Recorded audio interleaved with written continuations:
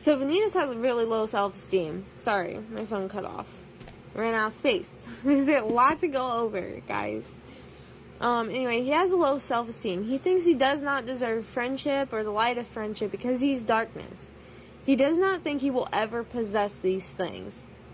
He does not think he is capable because he's darkness and he spawns these monsters. And he has a very low self-esteem. He also views, like I said, he views Ven as pathetic. He views the light as pathetic, in a sense. And he wants it and craves it, but he holds disdain for it at the same time. He says, if he's pathetically begging his friends, he's probably full of light.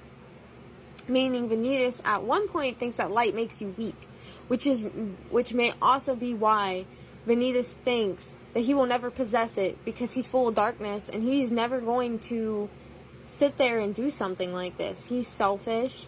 He's never going to do something that's weak or pathetic because he doesn't want to be weak either. He wants to be strong. He thinks isolation and being alone is strong, and he thinks that Ven is weak because he has this friendship, but at the same time, it says Vanitas craves it. No matter how badly he craved that light, he does not think he will ever possess the light. He will never possess friendship or bonds. He wants this. He will never go after it. He will never accept it because he doesn't want to be weak. He has all these insecurities. He thinks the light is weak. So he won't have a friend because he associates the light with friendship. But he wants the light. He doesn't want to suffer. That's why he's making the Keyblade. But if you pay attention, he doesn't have any intent of making friends when he creates the Keyblade. He just thinks that suffering will end when he creates the Keyblade. He doesn't realize that loneliness doesn't end until you have a bond or a friend. He doesn't know how to solve the problem.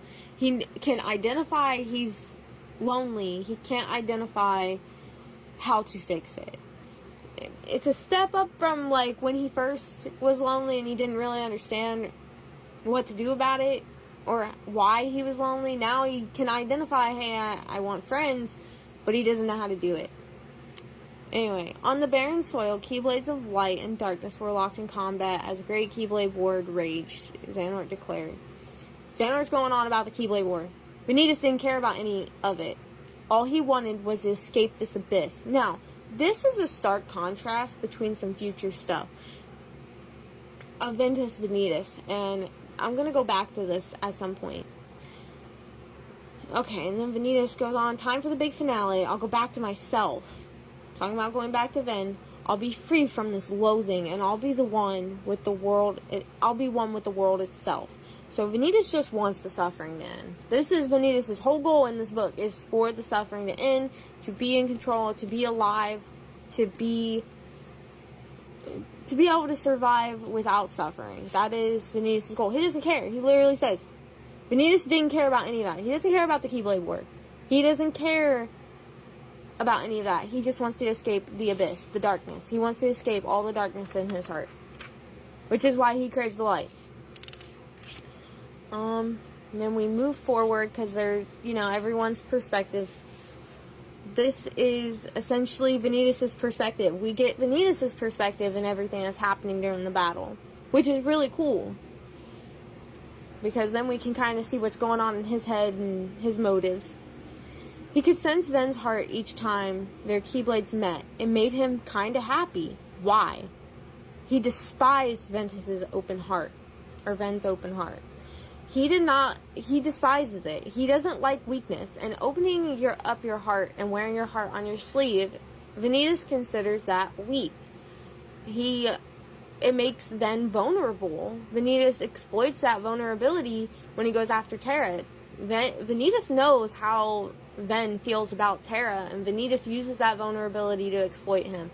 Vanitas sees that as weakness, but he also craves that open heart. He despises it, but he's happy that he's choosing back with Ven because he also wants it. I think he despises it not only because it makes him weak, but because he wants it too. He's jealous. We're so different, but I can feel you every step of the way. I bet you didn't even notice me at all. Again, with Vanitas being kind of sneaky, Ven doesn't notice Vanitas. This is him insinuating like, you didn't even notice me, did you? Sora doesn't notice Vanitas either. Let's put that out there. Vanitas does the same thing with Sora. Sora never notices. So we don't... Everything Sora went through. If you pay attention when Ben wakes up in Castle, or in the Land of Departure, when, you know, after fighting Vanitas and stuff, Ben was, like, thinking to himself, like, hey, or maybe even said out loud, it's like I went on in a dream, I went on some adventure, because Ben can see Sora's perspective too, but Vanitas can see Sora's perspective as well as Ben. Ben's not as conscious about it, but Vanitas is. There's a lot going on with that. That's going to be important in kind of with other things I say in another video outside of this, but you probably don't have a clue that it means our hearts are intertwining. The fight itself doesn't matter. What's important is that our struggle makes us feel the same thing. You hate me for trying to hurt your friend right now, right? I hate you right back for having friends at all. He's jealous because Ben has friends. Vanitas wants to tear their friendship apart because he's jealous, and he also thinks it makes Ben weak. So he wants to destroy it so that Ben doesn't have any friends, so there's nothing for him to be jealous of. But also so that he can prevent the other half of himself from being weak. That's kind of how Vanitas is thinking. But at the same time, Vanitas actually wants friends. That's why he hates it so much. People like that, when someone is jealous of something, it's because they want it. It's not, you know. So I think that's very interesting because we don't see that side of Vanitas in the games. We don't see the side that wants friends. It makes a lot of sense because if you pay attention, actually I'm going to go back in the book and show you guys another thing that I found that has to do with Vanitas and Aqua, but right now we're focusing on Ben and Vanitas. Never thought I'd end up showing you my face. Why do we look different anyhow? So he's questioning why they look different. But he should already know this because of Sora. I just don't think he knows that he has Sora's face yet. He eventually figures it out. And then he explains it in Cage 3 in the actual game. Finally, I'll be free of this pain. So again, this is Vanitas' whole goal, to be free of the pain. I cannot emphasize that enough because so many people are like, oh, well, he just wants to cause other people pain. No, his goal is not to cause other people pain, although he does do that. He does enjoy doing that because he's a little bit, you know, he's got ASPD, he's been through a lot of trauma, and he's very jealous. Like, his goal is not to do that. His goal is to be free of the pain. Hate, sadness, fear, jealousy, panic, suffering, envy, anxiety, pain, despair. Like, he says it again, I embrace them all. He uses these emotions for his power. That is what the unversed are. That is what he uses to drive himself. You know, I may not have friends the way Ventus does, but I forgot about all of you. Talking about his emotions, you were always with me from the moment I was born. He's not talking about the unversed. I don't believe he's talking about, he's not talking about the unversed. Although the unversed are created from these emotions. He's talking about these emotions. He has all these emotions and he's always had them since he was born. He's explaining that. There's a big emphasis on the difference between how Vanitas cultivates his power through negative emotions, whereas Xehanort cultivates it through hatred and rage. That's really important because true power of darkness comes from the negative emotions. All of them, not just hate and anger. Although they can all turn to hate and anger, which is what Vanitas does. Now come back to me, let us become the very world itself. Now, we get down here when they fuse together, and it says, welcome back Vanitas and Ventus. I'm home, Ventus and Vanitas. We will never be apart again.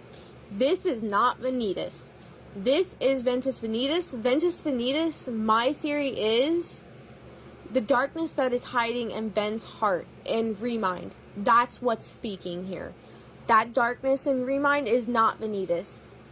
That darkness was still hiding in Ben. As Vanitas said, there's still darkness. I think the true darkness, I don't know what Vanitas is exactly. He could be created from true darkness. Maybe that's why he wants to reunite with Ben so bad, because they're split apart. I don't know. That's a theory, but that darkness in Ben, this is kind of my theory on what's speaking here. Because it's not Vanitas. It's saying welcome back Vanitas and Ventus. It's speaking to both of them. This is the darkness in Ven's heart, and Reminas that tells Sora, I'm darkness. And Sora's like, Vanitas? And it never answers. Because it's not Vanitas. It is true darkness. I do believe that that's what's going on here. Which is important, because if you pay attention to what Ventus Vanitas talks about, Ventus Vanitas starts talking about the Keyblade War, but again, hang on. Let me go back. Vanitas says, Ventus Vanitas talks about how, the Keyblade War will come, Keyblade Warriors will flock here, and all this other stuff. And Vanitas says, I don't care about any of that. All he wanted was to escape the abyss when Xehanort is going on about the Keyblade War. Vanitas does not care about the Keyblade War. He does not care about people coming and flocking to the Keyblade graveyard to fight. He does not care. That is not Vanitas' goal. He doesn't care. His goal is to be free of the pain, to escape the abyss. There is a big difference, and I think this is really, really important, because true darkness in Ven is going to be important. It's its own thing. Vanitas might be a fraction of it or created from it, but I don't think Vanitas is like a full true darkness. I think maybe a true darkness got fractured. I'm not exactly sure, but there's definitely a stark difference between Ventus Vanitas and Vanitas. A lot of people don't know that, because they're like, oh, Vanitas had the Keyblade in the graveyard and was fighting Aqua. No, Ventus Vanitas was fighting Aqua, and I think Ventus Vanitas was controlled by whatever is speaking here. Vanitas and Ven are in Ventus's heart fighting. So we go to the battle where they're in there. Oh, and this is another thing. When Ventus Vanitas is fighting Aqua, I decided to underline this. His strength was on another level compared to the Mask Boy Vanitas, insinuating that this isn't Vanitas' power. Though that could be implied that it's because of the Keyblade, but I don't think that's the case. I think it's because it's not Vanitas. And they don't say, oh, well, Vanitas' power is stronger. They say it's on another level compared to the Masked Boy Vanitas. They're not saying it's Vanitas and he's way stronger than what he was before. They're saying they're implying it's not him in this moment. Whether Aqua knows that or not, the book is implying that.